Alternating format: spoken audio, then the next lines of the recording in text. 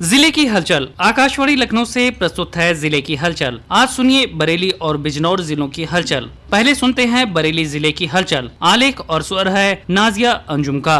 बरेली के विद्यांश ने all India comics creator में फाइनलिस्ट में अपनी जगह बनाई है। ये कंपटीशन भारत सरकार की ओर से उन बच्चों के लिए आयोजित किया गया था जिनकी कॉमिक्स क्रिएशन में रुचि है।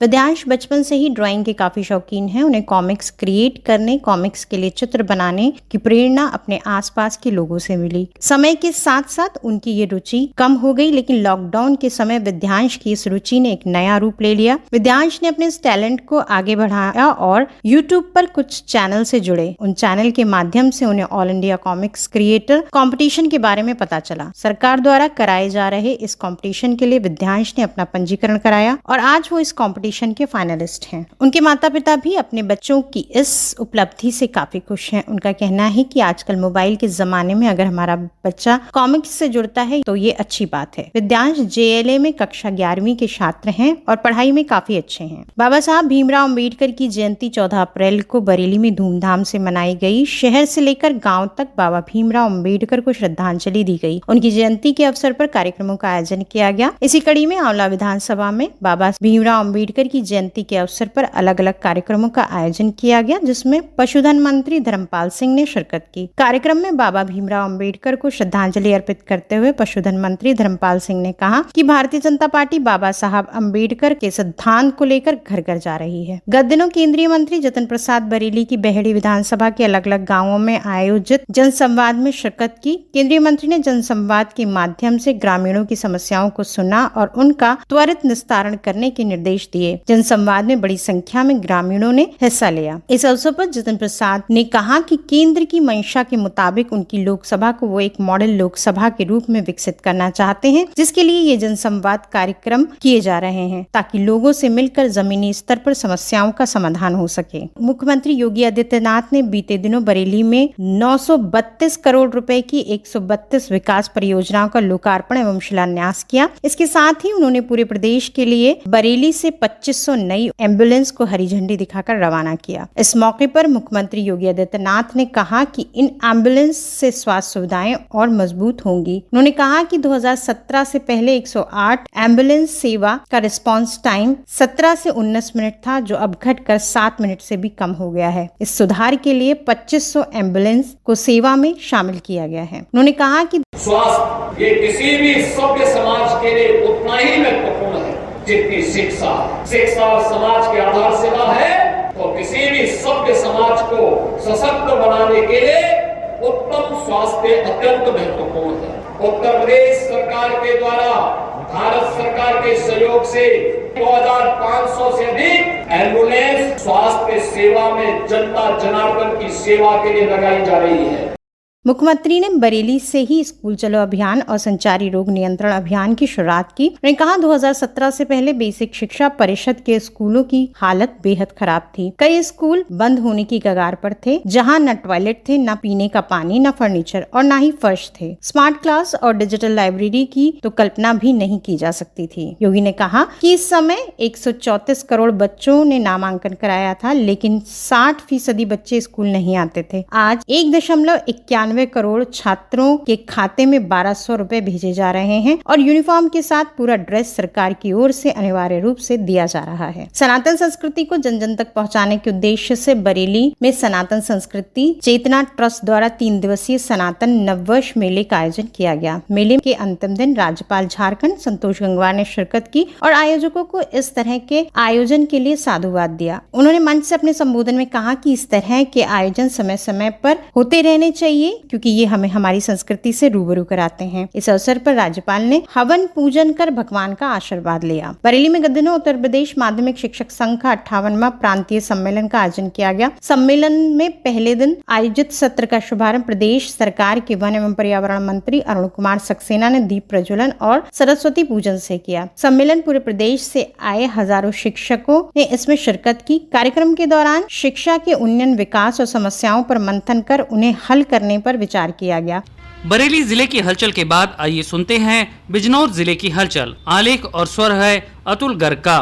बिजनौर की जिलाधिकारी जसजीत कौर की अध्यक्षता में कलेक्ट्रेट स्थित विद्युत सभागार में आयोजित कार्यक्रम के दौरान बाबा साहब डॉक्टर भीमराव अंबेडकर की 134वीं जयंती को हर्षोल्लास और उत्साह पूर्वक मनाया गया। इस अवसर पर जिलाधिकारी ने बाबा साहब के चित्र पर पुष्पांजलि अर्पित कर माल्यार्पण करते हुए भावभीनी श्रद्धांजलि अर्पित की। संचारी रोगों से बचने के प्रति जनता को जागरूक करने और क्षेत्र में साफ सफाई रखने के लिए जिला पंचायत अध्यक्ष शाकेंद्र प्रताप सिंह और जिलाधिकारी जसजीत कौर ने संचारी रोग नियंत्रण संबंधी जागरूकता रैली का गुब्बारे उड़ाकर और हरी झंडी दिखाकर रवाना किया। रैली से पूर्व जिला पंचायत अध्यक्ष ने उपस्थित आशाओं, आंगनवाड़ी कार्यकर्तियों तथा जन सामान्य को संचारी रोगों के प्रति जागरूक रहने की शपथ दिलाई। इस अवसर पर मुख्य चिकित्सा अधिकारी डॉक्टर कौशलेंद्र सिंह, जिला मलेरिया अधिकारी मंजूषा गुप्ता और आशुतोष सहित स्वास्थ्य विभाग के अनेक अधिकारी और कर्मचारी मौजूद थे। जिलाधिकारी जसजीत कौर ने बताया कि संचारी रोग नियंत्रण अभियान के गुणवत्ता पूर्वक संचालन में संचारी रोगों पर नियंत्रण स्थापित करने में सफलता प्राप्त हुई है और रोगों के फैलाव पर प्रभावी नियंत्रण संभव हो सका है। जिलाधिकारी ने बताया कि पंचायत राज विभाग सहित अनेक विभाग संचारी रोगों के प्रति जनता को जागरूक करने के लिए अभियान में जुटे हैं। उन्होंने निर्देश दिए कि विगत अभियान की भांति 1 अप्रैल से शुरू होने वाले इस अभियान को पूर्ण गुणवत्ता और मानक के अनुसार संपन्न कराएं, ताकि जन सामान्य को संचारी रोगों के प्रति जागरूकता और सतर्कता पैदा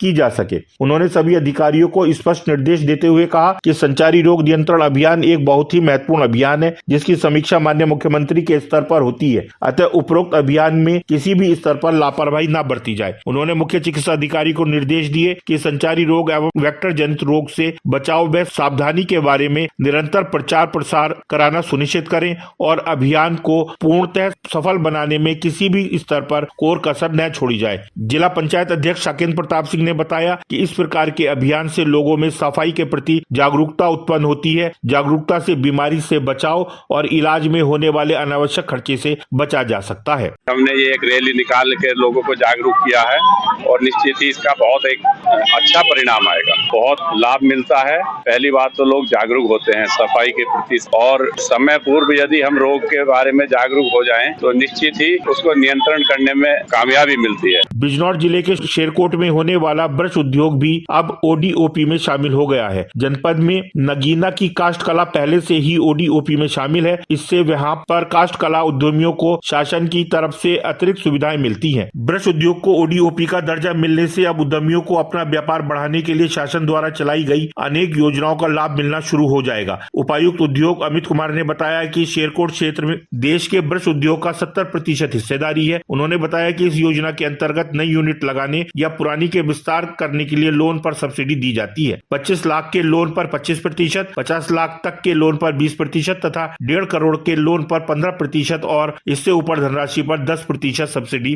दी जाती है। जिलाधिकारी जसजीत कौर की अध्यक्षता में निजी स्कूलों में ड्रेस और पाठ्य पुस्तक परिवर्तन तथा शुल्क निर्धारण के संबंध में सीबीएसई आईसीएसई द्वारा संचालित सेकेंडरी सीनियर सेकेंडरी स्कूलों के प्रबंधक तथा प्रधानाचार्यों के साथ बैठक आयोजित हुई। बैठक में जिला विद्यालय निरीक्षक जयकरण यादव, सहायक जिला विद्यालय निरीक्षक तथा जिले के विभिन्न स्कूलों के प्रबंधक और प्रधानाचार्यों को जिलाधिकारी ने निर्देशित किया कि शैक्षिक सत्र 2025-26 में फीस, पाठ्यक्रम, कर्मचारियों से संबंधित सभी कार्रवाई शासन के दिशा निर्देशों के अनुसार ही संपन्न कराएं। उन्होंने निर्देशित करते हुए कहा कि छात्रों से वसूल की जाने वाली फीस और शुल्क का पूरा विवरण स्कूल की वेबसाइट तथा PNT व्हाट्सएप ग्रुप पर तथा नोटिस बोर्ड पर अनिवार्य रूप से चस्पा करें। उन्होंने यह भी निर्देश दिए कि 5 वर्ष से पूर्व कोई भी विद्यालय छात्र छात्राओं की ड्रेस परिवर्तन नहीं करेगा, न ही छात्र और छात्राओं को किसी विशेष किताब विक्रेता से पाठ्य पुस्तक खरीदने के लिए मजबूर करेगा। उन्होंने स्पष्ट रूप से निर्देश दिए कि स्कूल की बिल्डिंग में किसी भी अवस्था में पाठ्य पुस्तक एवं स्कूल ड्रेस का वितरण न किया जाए। उन्होंने कहा कि इस प्रकार की शिकायत मिलने पर संबंधित कॉलेज प्रबंधन के विरुद्ध कार्रवाई की जाएगी। प्रदेश के कारागार मंत्री दारा सिंह चौहान द्वारा जेल के बाहर बंदियों द्वारा उत्पादित सामग्री कैंटीन का फीता काटकर उद्घाटन, शहीद स्मारक पर पुष्पांजलि तथा जिला कारागार में आयोजित कार्यक्रम की अध्यक्षता की गई।